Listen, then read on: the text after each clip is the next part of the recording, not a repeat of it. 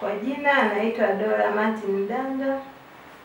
Nimezaliwa mwaka 1979.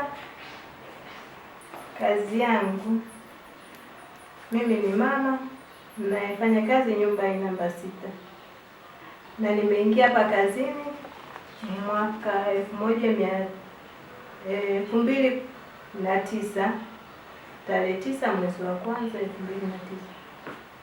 Nimefanya kazi hapa kama mama. Changamoto ambazo nimekutana nazo ni watoto kama Vanessa, kama Upendo na watoto wengine kama Oscar.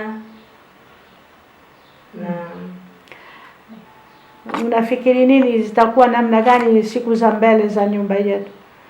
Kwa kweli kwa sasa hivi hatua, yani kulingana na uzoefu, hatua iliyoko mwanzo na sasa. Zamani walikuwa watoto wengi wakubwa, lakini sasa hizi ni watoto chini. Yaani watoto ni wadogo sana.